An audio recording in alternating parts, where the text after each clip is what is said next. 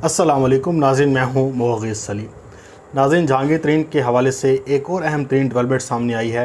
इमरान खान साहब ने भी जहांगीर तरीन का मुंह जो है वो काला कर दिया है, और जो एक हाइप बनी हुई थी इमरान खान साहब ने उसे भी बिल्कुल हाइप को नीचे आ गिराया है। अभी सोशल मीडिया पर और पाकिस्तान के टॉक शोज़ में जहांगीर तरीन साहब की बाज़गश्त अभी तक सुनाई दे रही है, और ये एक हफ़्ते तक रहेगी। आपको नाज़रीन पता होगा कि जब फजल रहमान साहब इस्लामाबाद में अपना पहला लॉन्ग मार्च लेकर आए थे, तो उस वक्त ये दावे किए गए थे कि इमरान खान साहब की हुकूमत इस दिसंबर में चले जाएगी। और इस दावों में जो आपके सामने था कि फजल रहमान तो अपना धरना लेके आए थे, लेकिन हामिद मीर साहब, सलीम साफ़ी साहब और इसी तरह से जो एक पूरा टोला था, जिसे हम कह सकते हैं कि ये साथ साथ बड़ी पेश गोइयाँ कर रहे थे, वो कह रहे थे कि इमरान खान साहब की हुकूमत इस दिसंबर तक की मेहमान है। लेकिन आखिरकार वो दिसंबर भी गुजर गया, और फजल रहमान का वो फ्लॉप शो जो उनकी सियासी तौर पर उनको जो इस पूरे सिनेरियो में धचका लगा वो कम ना था। लेकिन फिर भी लोगों ने इसको रेस्क्यू किया और एक पीडीएम बनवा दी गई। पीडीएम जब बनी तो उस वक्त भी ऐसे लगा कि जैसे पीडीएम ने कोई बहुत बड़ा मार्का सर करना है और पाकिस्तान की सियासत में भौचाल वो पैदा कर देना है, और इमरान खान साहब की हुकूमत इसी पीडीएम ने उड़ा के रख देनी है। लेकिन फिर हमने देखा कि पीडीएम बनी भी सही और टूटी भी सही, और ख़ुद इसका ऐलान बाकायदा मरीम नवाज़ ने और बिलावल भुट्टो ने किया कि आहा पीडीएम में लड़ाई हो गई है। उसके बाद इसको फिर रेस्क्यू करने के लिए बहुत सारी चीज़ें तावीलें दी गई, और हम शुरू दिन से ये मौक़िफ़ अपनाए हुए थे कि पीडीएम में इतने इन तिलों में तेल नहीं है कि ये इमरान खान साहब की हुकूमत को गिरा सकें, और उसकी बहुत सारी वजूहात थी। इसी तरह से हम फजल रहमान के लॉन्ग मार्च के मौके पर भी यही कहते रहे, और इसके बाद अब दोबारा से जहांगीर तरीन साहब एक नए अब्बू जिसे कहते हैं कि तलाश किया अपोजिशन ने, और हमने देखा कि मरीम नवाज़ ने आसिफ ज़रदारी को कहा कि मैं आपको अपने अब्बू जैसा समझती हूँ और आपके पास ये फरियाद लेकर आई हूँ। और फिर आपने देखा कि ज़रदारी ने, नवाज़ शरीफ ने, उस पीडीएम के इजलास में बहुत बड़ी लड़ाई हुई थी, और फिर वो जब मीडिया में ख़बरें लीक हुई पीपल्स पार्टी की तरफ से, और फिर नवाज़ शरीफ ने कहा कि ये तो ज़्यादती हो गई है, वो आपके सामने है और तारीख़ का हिस्सा है कि किस तरह से पीपल्स पार्टी और नून लीग में लड़ाई शिद्दत अख्तियार करेगी। और मरीम नवाज़ और बिलावल भुट्टो जो एक दूसरे को बहन भाई कहते थे, एक दूसरे के सियासी तौर पर मुखालिफ हो गए, और वही मरीम जो गड़ी खुदा बख्श जाकर मोहतरमा बेनज़ीर भुट्टो शहीद और जुल्फ़िकार अली भुट्टो शहीद की कब्र पे जाती हैं, और वहाँ पे जाके बात करती हैं और कहते हैं कि जनाब ये तो बड़ा इनके साथ जुल्म हुआ। वही बाद में एक दूसरे के मुखालिफ हो जाते हैं, और ये कस्में खाते थे कि हमने कभी भी एक दूसरे की मुखालफत नहीं करनी। लेकिन सियासत है, सियासत ना जाने क्या कुछ करा देती है। अब असल में ये जो तहमीद बांधना थी, इसकी वजह है, इसकी वजूहात हैं कि बहुत से जो नए दोस्त इंटैक्ट हुए हैं या वो अभी परेशान हो जाते हैं सारे मामलात को देख के। जैसे कि बिटकॉइन की एक अब क्रिप्टो करेंसी है, क्रिप्टो करेंसी में क्रैश आता रहता है और बहुत ज़्यादा आता है, मंदी भी आती है। कोई भी कॉइन होता है वो अप जाता है, डाउन जाता है। बिटकॉइन की भी ये सूरत हाल रही है, और अब इस वक्त वो क्रैश में है और बहुत नीचे तक गिर रहा है।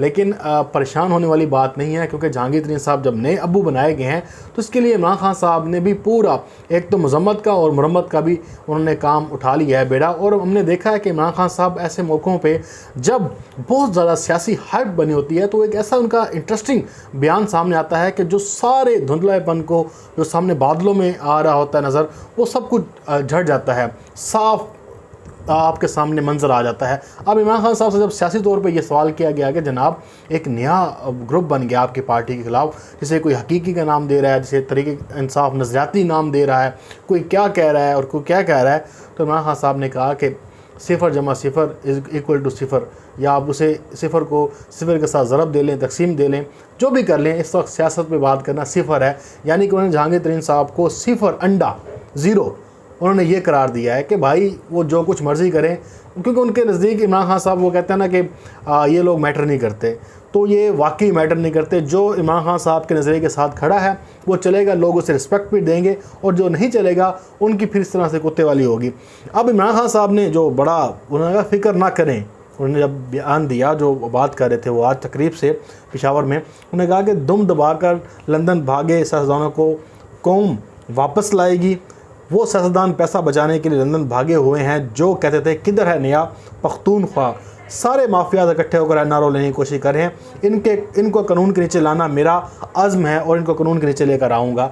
ये इमरान खान साहब का तकरीब से खिताब था और वो उन्होंने उन माफियाज़ को और फिर उन्होंने बहुत से ऐसे हलकों को भी उन्होंने मैसेज दिया कि जनाब जिस नरेटिव पर मैं आया था उस नरेटिव पर आज भी कायम हूँ और हमेशा कायम रहूँगा। जो कहते थे कि नवाज शरीफ का एहतसाब नहीं हो सकता, उन्होंने देखा नवाज शरीफ का एहतसाब होते हुए। जो कहते थे जरदारी को जेल नहीं हो सकती, वो जेल में भी गया।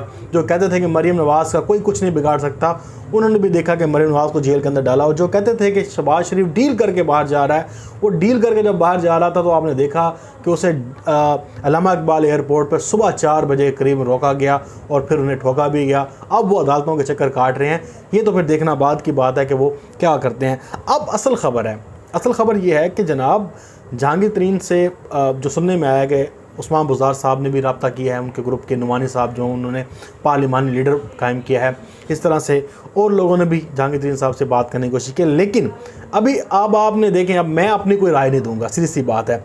मैं आपको सिर्फ ख़बर पढ़ के सुनाऊंगा और ख़बर में आपने ख़ुद फैसला करना है कि जहांगीर तरीन और अली तरीन का केस सुनने वाला जज क्यों उसका तबादला किया गया।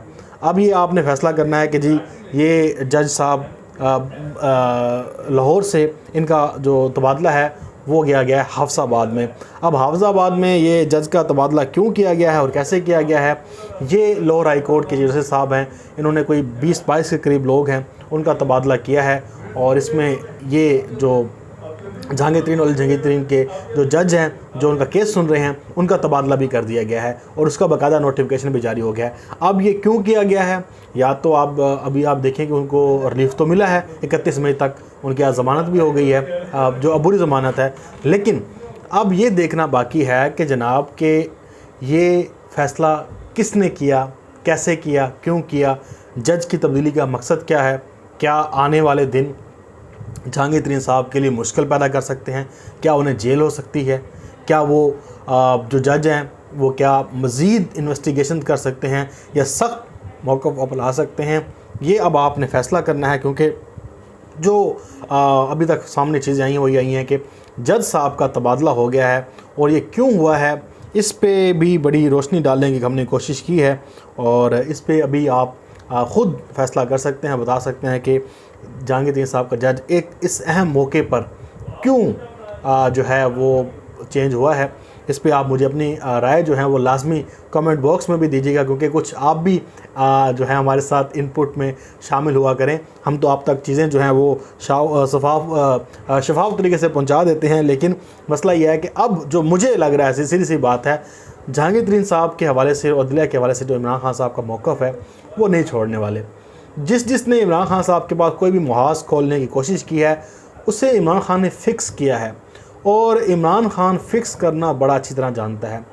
वो स्पेयर नहीं करता किसी शख्स को, और ऐसे शख्स को जो इमरान खान साहब से एक बार दगा कर दे या धचका करे उनके साथ इमरान खान साहब के साथ, तो इमरान खान साहब को बंदा नहीं भूलता। मैं ख़ुद मेरे साथ एक बार मैं जब गया इमरान खान साहब से मुलाकात का मुझे मौका मिला और उनके साथ काफ़ी देर तक इंटरव्यूज़ हम कर रहे थे, सब यूट्यूबर्स मौजूद थे।